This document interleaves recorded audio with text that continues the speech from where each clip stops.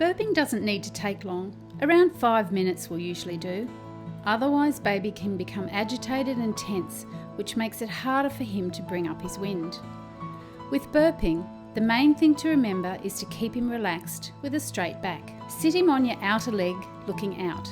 This way, if he chucks up, milk won't land on your shoes. Press in the lower part of his back. Keep the back straight and his chin up. Another way babies like to burp is across your knee. Slightly raise the leg his head is resting on. Let his legs hang down. Gently but firmly stroke his back or just let him lay there. Babies find the pressure on the tummy comforting. However, if your baby suffers from reflux pain, they may not like this position.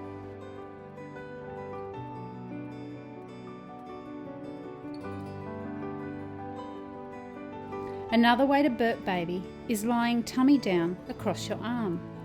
Have his body stretched out, head a little upwards, and again keep the chin up. Your forearm presses on his tummy and gently pat or rub his lower back.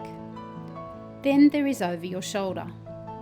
Your shoulder presses in on his tummy and you can apply gentle pressure with your hand to straighten his back and help the air bubble rise to the top. He doesn't need lots of jigging, lots of patting or anything like that. He just needs to stay calm. If he is not calm, stand up and walk with him while he is in a burping position. Movement helps calm babies. After burping, give him some time on the floor. A rolled up bunny rug under his chest helps keep his milk down. When picking him up, pick him up from different angles.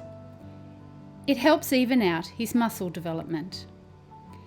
He may still chuck when you pick him up, so always have a cloth handy.